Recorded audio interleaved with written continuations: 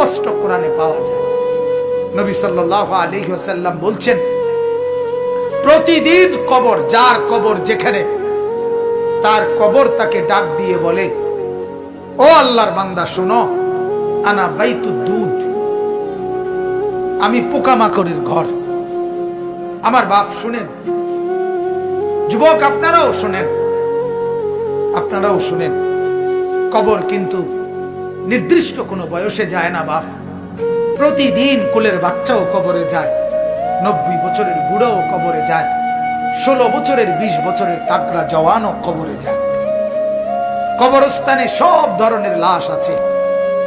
এজন্য কবর ডেকে বলে, ও আল্লাহর বান্দা, আমি পোকামাকড়ের ঘর। সেই ব্যক্তি যে একটা মশারি ছাড়া, একটা সামান্য মশার কামড় সহ্য করতে পারো না, একটা মশা কানের কাছ দিয়ে গেলে তোমার ঘুম ভেঙে যায়, মশারি টাঙ্গাও, কয়েল জ্বালাও, অ্যারোসল লাগাও, এত কিছু করে তুমি মশার একটা আওয়াজ থেকে, কামড় থেকে বাঁচতে চাও।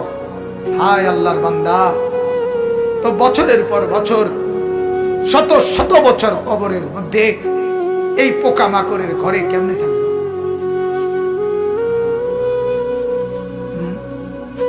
বলে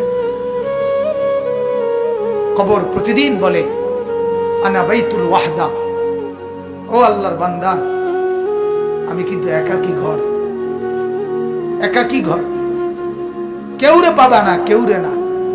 আমার বাপ, এই পৃথিবীতেও একাকিত্বের যন্ত্রণা বড় সাংঘাতিক।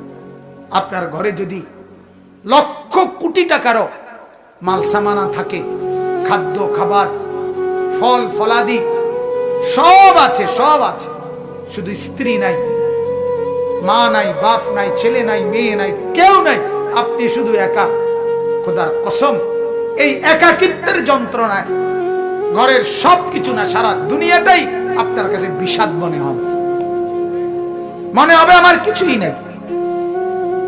গত বছর আপনারা অনেকে শুনছেন হয়তো, এক ভদ্রলোক, ঢাকার শিল্পপতি, কোটি কোটি টাকার মালিক, গার্মেন্টস মেল ফ্যাক্টরির মালিক, ওই ভদ্রলোক একাকিত্বের কারণে, স্ত্রী নাই, ছেলে নাই, মেয়ে নাই, বিবিও দূরে সরে গেছে, ইউরোপ থাকে, ছেলেও থাকে বাহিরে, মেয়েও থাকে বাহিরে, একটা লোক নাই ফ্যামিলিতে।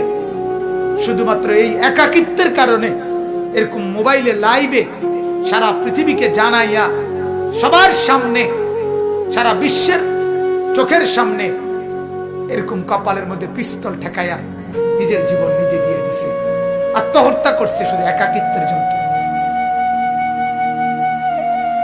এজন্য কবর ডাক দিয়ে বলে, আনা বাইতুল ওয়াহদা, আমি একাকী ঘর, কাউকে পাবা না। আনা বাইতুল গুরবা, কবর বলে, ও আল্লাহর বান্দা, আমি অপরিচিত ঘর, কাউকে চিনবা না, ডানে বামে কিছুই বুঝবা না, মাটি ছাড়া আর কিছুই চিনবা না, আমি অপরিচিত ঘর। দুনিয়ার এক মানুষ আরেক মানুষের বাড়িতে গেলে মোটামুটি বুঝে, এই রুমটার সামনের রুম, প্লাস্টিকের দরজাওয়ালা, এটা একটা বাথরুম, চুলা টুলা দেখা যায়, ওইটা রান্নার ঘর, মোটামুটি মানুষ আইডিয়া করে। কিন্তু কবর বলে, দুনিয়ার কোনো ঘরের সাথে আমার এই ঘর মিলবে না বাপ, কোনো কিছুর সাথে এটা মিলাইতে পারবে না, অপরিচিত ঘর। আল্লাহ আমাকেই মাফ করে দেন। এজন্য বাপ, অনুরোধ করছি, কবরের ফিকির করেন, কবরের ফিকির করেন। সাইয়্যিদুনা উসমান রাদিয়াল্লাহু তাআলা আনহু, হযরতে উসমান নবীজির সাহাবী, উনি যখন কোন কবরের সামনে দাঁড়াইতেন, তখন তিনি এই পরিমাণ ফাবাকা, কাঁদতেন, হাত্তা ইয়াবুল্লা লিহিয়াতাহু, কাঁদতে কাঁদতে তার দাড়ি পর্যন্ত ভিজে যেত। অন্যরা জিজ্ঞাসা করতেন, ও আমিরুল মুমিনিন, কবর দেখলে আপনি এমন করেন কেন? তখন তিনি বললেন, তুমি জানো না, এটাই তো আখিরাতের প্রথম মঞ্জিল, আউয়ালু মনজিলিন